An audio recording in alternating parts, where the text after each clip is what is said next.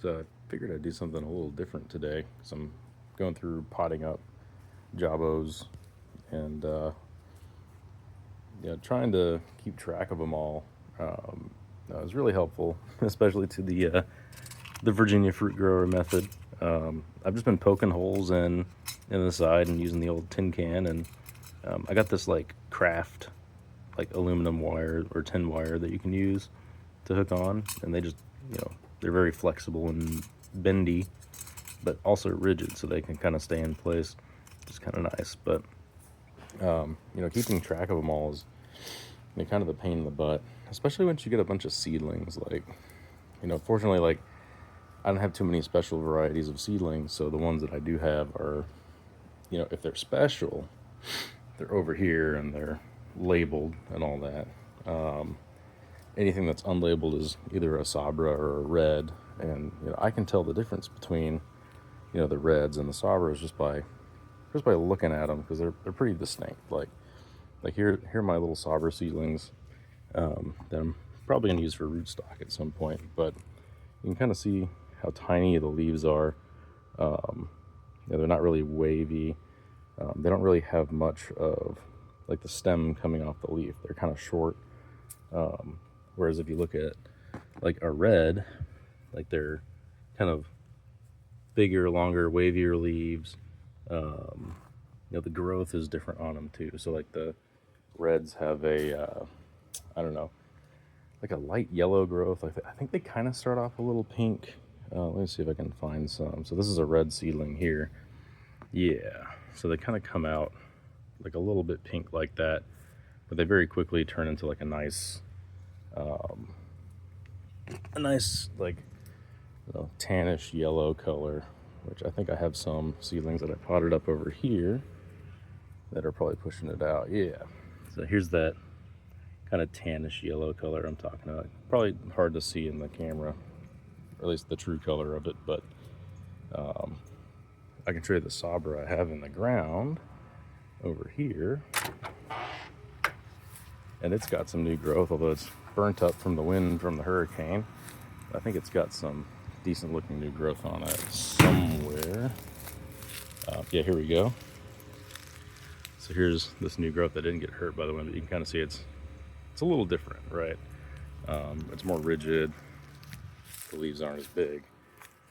So one thing that I thought was interesting is there's a lot of different varieties that are also kind of very similar, and it's hard to tell them apart just by looking at them.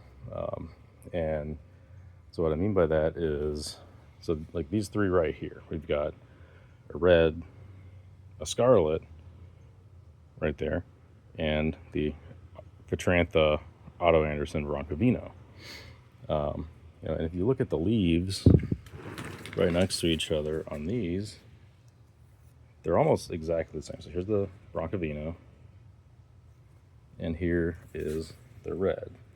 Now I know between each individual plant, like the leaf size is probably going to be a little different, but actually here's some new growth on the Broncovino. I don't know if that's normal for it. I can't remember what it looks like on this one because it hasn't really flushed out growth in a little bit, but now that I potted it up, it probably will.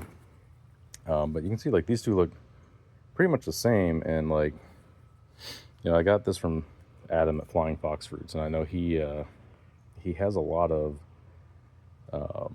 plants that he would consider like a Broncovino or a red, even though they're potentially like a red cross with a Broncovino. But he's able to tell the difference, which he says that if you crush up the leaves, kind of roll them around and get the smell, like you can tell the difference. And like, I trust his judgment on that. But you really, it's hard to tell the difference between these two. So sometimes you got to label your stuff, but I'm sure knowledge comes over time. And kind of one of the things for me is like, I can tell the difference between the scarlet and the red and the Broncovino, just because the scarlet tends to have bigger, wavier leaves. They're like darker too. They're more of a true like foresty green color. Like these are, they're kind of more on the light green side. So these are, some of the ones that are a little harder to tell apart, but they do have some tendencies, and another tendency of the scarlet is they do get like these burnt tips a little bit more because they're a bit more sensitive to pH, I'm pretty sure. And if I had any kind of fertilizer in there, I think they burn a little easier to fertilizer. I use the same fertilizer on everything, so these differences for me should be pretty consistent, I think.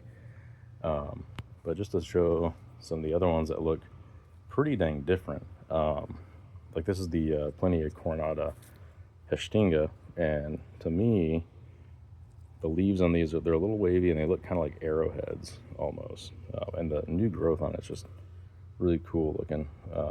It's like a dark ambery red. They kind of start off black almost, and then they lighten up a little bit more. And the trunciflora I have over here is even more like that.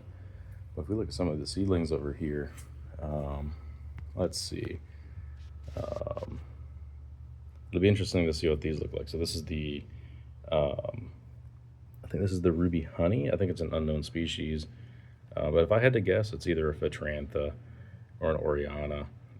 I guess it could be a coronata as well, because here's a Otto Anderson. I can't remember. Yeah, Asu Kana, which is supposed to be a coronata, I believe. I'm not 100% sure. On Bellamy's website, it was listed as a coronata. I couldn't find any other information elsewhere saying whether or not what species it was. But like here's another Phatrantha, and you can kind of see the new growth on that. This is the Sapukaya, and they kind of have that wavy growth as well. So the Sapukaya kind of, see, it's got that darker growth, kind of like a grayish red. I don't know how else to describe it. So those are the kind of the things that you can kind of tell the difference on, just between the varieties, just based on the color and kind of the shape and the smell and all that, from what I understand. But yeah, back to the coronata hestinga over here. So you can kind of see, like, even between the different varieties of the same species, they can have a different leaf shape. So it's pretty cool. And then here's my trunciflora, and this one's interesting because they kind of have like the arrowhead shape, but they're longer. And the new growth has that like dark, so I can get it in the light properly. I had a worm eating all the new growth on this, unfortunately, so it's not looking super hot right now. But it's kind of got the dark new growth, and it comes out looking kind of black once it starts filling in. Here's a whole bunch of new growth coming in there. But yeah. So again, the trunciflora, it looks very similar to, kind of like a red, but again, look at the spacing on the leaves. Like, I think these ones are kind of off center a little bit too. I'm not sure if that's, maybe it's just a couple of those. But something I also noticed is like there's like fuzziness on the bark. So it's something you can kind of see it across all the different Myrtaceae. But like on the hardened off bark, there's like fuzziness, and the trunciflora doesn't really seem to have any. Whereas if we go back to the Broncovino, let's see if I can pick it up on the camera. There's like a little bit of fuzziness on there, so I can get that to focus. You can kind of see it. And then even the red has a little bit of fuzziness too, but there's like some varying degrees of fuzziness. I'm not sure if that's, a silver bullet for identifying a variety, because I'm sure there's variety within the same variety. Like here's the parent red to all my red seedlings, and it's not super fuzzy, but it's still fuzzy. So it's another one. Yeah, here's another Phatrantha. So this is the red crystal, and let's see, do we have any fuzziness? There's a little bit of fuzziness. It looks similar to a red. It actually looks very close to the red hybrid, but you can see the leaves are a lot bigger. Let's see. Yeah, so you can kind of look just at the shape of the leaf. I haven't crushed those leaves up yet to smell those yet. So So these are supposed to be Sabras, but I don't think they are. They might be. I'm not 100% sure. They look more like a red to me. I labeled them as Sabra, but I don't know. Let me think. Do I have any other Jabos that are kind of like weird? Yeah. And then I guess the other interesting thing. Oh, here's the Oriana. That's one I didn't show yet. And so this will be interesting because the Oriana is a cross between Cauliflora and the red hybrid, and then even the Scarlet, or no, sorry, the Oriana is its own or own species. The red hybrid is the cross between the Oriana and Cauliflora, and then the Scarlet is the red hybrid crossed back to the Oriana. So you can kind of see the bigger leaves on the Oriana kind of show up back in the Scarlet, and then the red or the Scarlet has a bit more precocity in terms of fruiting, much like the Oriana, but less so with the red. And I think the Scarlet is sweeter than the red, and I believe the Orianas are pretty much all sweetness, as far as I understand. I haven't tried that one yet. That's the Broncomel Oriana. I'll have to remember to move that back here in a minute. But yeah, you can see kind of all the similarities between all these things. See, does it have any new growth on it? Maybe. I'm trying to see. No. I mean, this is kind of the new growth. It got eaten by worms again, of course. But it's looking pretty good, even though it's been getting eaten by worms.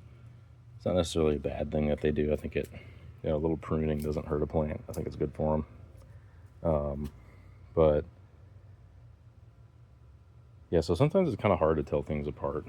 And then, yeah, so here's another interesting thing. So I have Cambuca, which is pretty distinct compared to the other Plinias.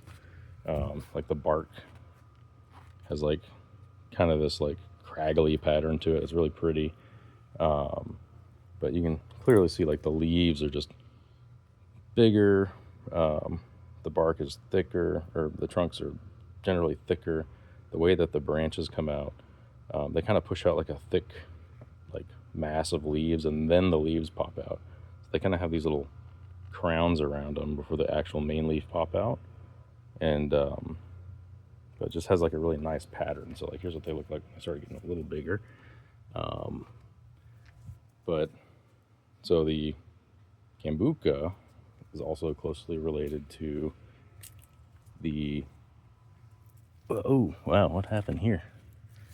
I guess I watered that a little too much. This is the Plinia clausa, which I can't remember what the common name for this is. But these are very, very closely related.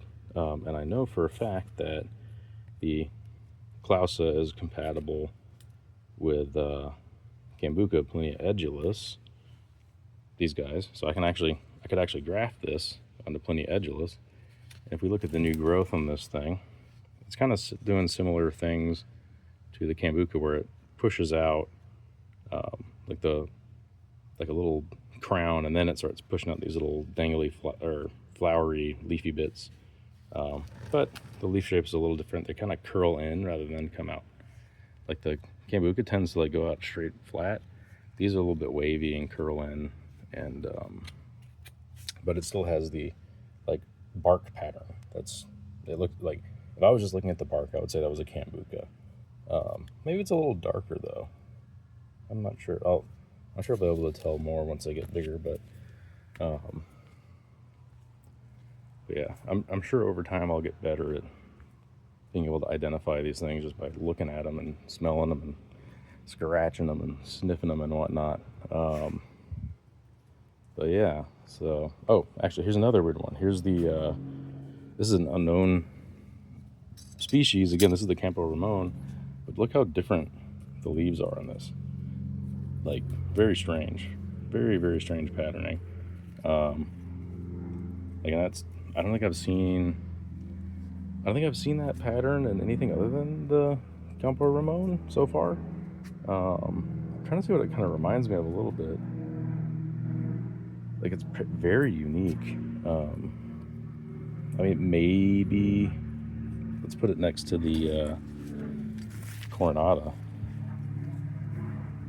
Like, I don't know, even this is kind of different, right? Like, the spacing is different on between the leaf nodes.